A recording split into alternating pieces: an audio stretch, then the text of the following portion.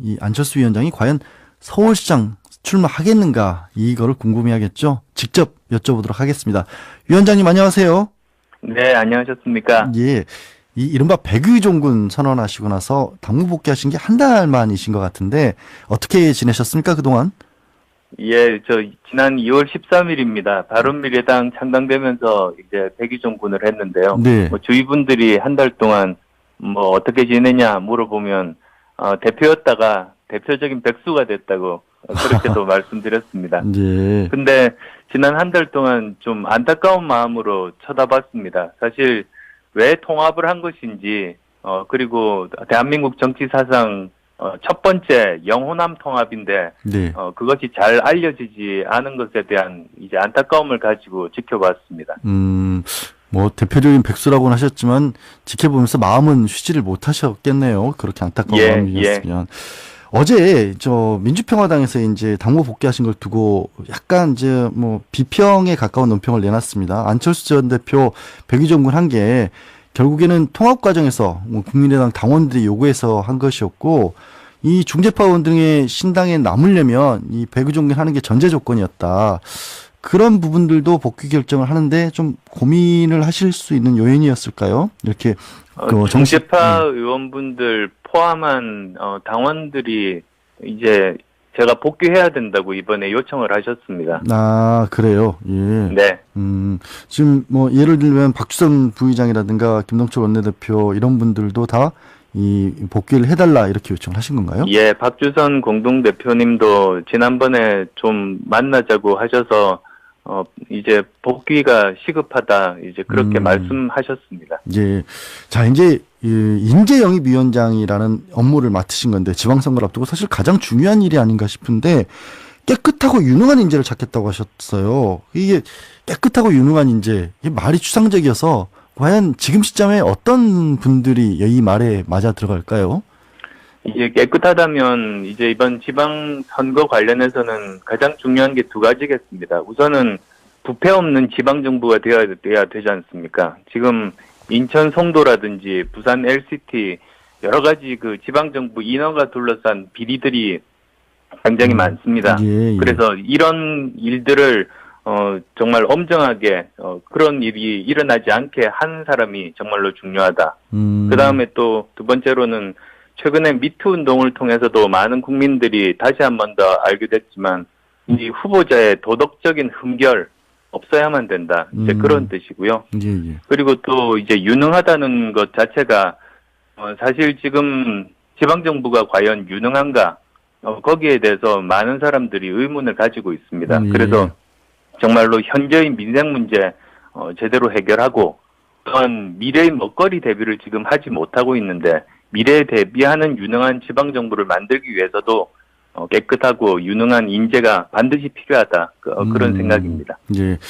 지금 사실 이제 박지원 의원하고는 약간 정치적으로 좀 결별을 한 상태이기 때문에 이런 얘기가 나올 수밖에 없는 거겠지만 박지원 의원은 그런 얘기를 하시더라고요. 국민의당 시절에도 이제 이 위원장 역할을 맡으셨는데 이제 안철수 위원장께서 그때는 한 사람도 영입을 못했는데 지금은 어떤 생각을 낼 수 있을지 궁금해하다 이렇게 좀 이 얘기를 하던데 그건 어떻게 보십니까? 예, 오늘 이제 처음 인재 영입 발표를 하게 됩니다. 아, 그리고 모레 그리고 또 이번 주 일요일 그렇게 일주일에 최소한 두세 번 정도 인재 영입 발표가 있을 겁니다. 지켜보시면 되겠습니다. 아, 지금 말씀해 주실 수 있는 인재는 없으십니까, 혹시? 공식적으로 발표할 수 있는 인재는? 네, 여러분들이 계십니다. 그래서 어떤 경우는 한 분만 발표하고 또 어떤 날은 이제, 같은 그런 성격, 그런 분들 여러 분 한꺼번에 발표하고 그렇게 진행할 생각입니다. 예, 알겠습니다. 한번 지켜보겠습니다. 그런데요, 이 많은 분들이 이제 안철수 위원장께서 당무에 공식적으로 복귀를 하니까 가장 궁금해하는 게 서울시장 선거 나오시냐 이거 아닐 것 같습니다. 뭐 당내에서도 사실 이학재 의원 같은 경우에 이 공식적으로 서울시장 출마 요구하겠다 이런 얘기도 하셨어요. 지방선거 기획단장 맡고 계시죠. 그런데 이제 뭐 직접 요구도 받으셨는지 아니면 마음을 정하신 건 있는지 궁금하거든요. 제가 결심이 섰다면 우선 서울 시민께 보고 드려야 되지 않겠습니까? 예, 예. 그런데 지금 이제 막 어제부터 인재영입위원장을 맡았습니다. 그래서 이제 막 맡은 인재영입위원장으로서 결과를 내는 것이 우선 아니겠습니까? 이 일부터 이제 먼저 제대로 결과를 보여드리고자 합니다. 예. 그 인재 영입이라고 하는 게 결국 지방선거 후보로 나설 인재이신데 위원장님 본인이 직접 스스로 영입하실 수도 있는 거지 않습니까? 1호로서. 예, 뭐 셀프 영입입니까? 예. 예. 아직은 마음을 안정하신 걸로. 혹시요. 근데 당에서 서울시장뿐만 아니라 부산시장은 어떠냐 이런 부산 출마 요구까지도 있는 걸로 알고 있는데 혹시 이 부산시장도 고려의 대상으로 포함이 돼 있나요? 지금 17개 광역 그 시도지사 후보들을 이제 영입할 지금 상황입니다. 영입해야 되는 상황입니다.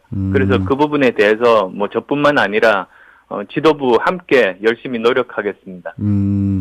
제가 이제 계속 좀 약간 체근을 하는 이유 중에 하나가 안철수 지금 위원장의 어떤 정치적 행보를 볼 때 타이밍을 좀 너무 재다가 타이밍을 놓치는 게 아니냐 이런 또 일각의 시각도 있거든요. 그래서 이번에도 혹시 너무 이렇게 마음을 뭐 기다리시고 있는 건 아닌가 발표를 하시는 게 낫지 않을까 하는 생각이 들어서 계속 여쭤보는 거거든요. 어떻게 보십니까? 제가 타이밍을 고려한 적은 없습니다. 그건 뭐 정치적인 공격으로서 이제 다른 뭐 정치적인 상대들이 그렇게 주장할 수도 있습니다만 저희들은 저희들 계획대로 먼저 해야 되는 일부터 뚜벅뚜벅 해나가면 결국은 국민들께서 판단하고 평가해 주실 거라고 생각합니다. 예, 알겠습니다.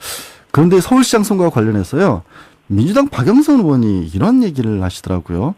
만약에 안철수 위원장이 서울시장 선거로 나오면 내가 적임자가 될 수 있다. 왜냐하면 박원순 현재 서울시장이 나가면 이른바 이 양보론, 이번에는 안철수 위원장이 양보해 줘야 되는 거 아니냐 이런 양보론에 끌려갈 수 있다라고 얘기를 하시던데 이 당사자인 안 위원장께서는 어떻게 생각하십니까? 이런 얘기에 대해서. 예, 그 당시 2011년일 겁니다. 2011년에 양보는 그때 양보할 가치가 있다고 판단했기 때문입니다. 이제 그 당시에 박원순 이사장께서 시장이 돼서 잘 해주실 거라고 믿었던 겁니다. 그리고 지금 제가 뭐 아직 출마를 결심한 것도 아니고 그리고 또 결심을 한다고 해도 제가 무슨 양보를 받아서 뭘 해보겠다는 생각 해본 적이 없습니다. 예, 알겠습니다. 그럼 혹시 유승민 대표는 지방선거에 어떻게 보면 뭐 차출하거나 직접 등판하실 필요 없을까요? 지금 지도부 모두가 같은 생각이실 겁니다. 이번 지방선거에서 우리 그 바른미래당이 제대로 자리 잡기 위해서는 할 수 있는 모든 일들을 하겠다. 그래서 각자가 치열하게 고민하고 각자가 아마 최선의 역할들을 할 거라고 믿습니다. 저도 마찬가지입니다. 이렇게 이제 안철수 위원장 혹은 이제 유승민 대표에 대해서도 제가 여쭤보는 이유가 사실 통합을 하고 나면 이 지지율도 자유한국당을 넘어설 것이다 이런 예상도 좀 있었고 그런데 상대적으로 그 이후에 성적표는 아직까지 그렇게 크게 달라지지 않은 것으로 보여요. 그러니까 현재는 좀 존재감이 죄송하지만 좀 낮지 않나 싶은데 이걸 좀 끌어올릴 수 있는 방법으로서 고려되는 게 좀 당 대표급의 인사들의 출마 그래서 이런 얘기가 나오는 것 같은데 이 부분은 어떻게 보십니까? 이게 끌어올릴 다른 방법이 있을까요? 예, 제가 지난 한 달 동안 안타깝게 이제 바라봤던 부분이 그 부분입니다. 그 당이 이제 그 출범하고 나서 바로 이제 평창 동계올림픽 그리고 그 직후에는 이제 그 북핵 문제 이렇게 연이어서 여러 일들이 있으면서 그 정치적인 현안들에 많이 묻혀 있었습니다. 예. 그렇지만 뭐 이제부터 그 새로운 인재들을 영입을 통해서 많은 사람들이 모이는구나 되는 집안이구나 그렇게 저희들이 알려드릴 수 있으면 아마 또 관심들이 다시 커질 거라고 저는 믿습니다. 예. 지금 관심을 많이 못 받았던 이유 중에 하나로 분석이 나오는 것 중에 하나가 예를 들어서 국민일보에서는 바른미래당이 만들어진 이후 이 논평 나온 것들을 분석을 해보니까 57%가량이 자유한국당 논평과 비슷했다. 그러니까 어떻게 보면 보수색이 뚜렷하지 뭔가 차별성이 없다. 이런 평가를 해놨던데 여기에 대해서는 어떻게 생각하십니까?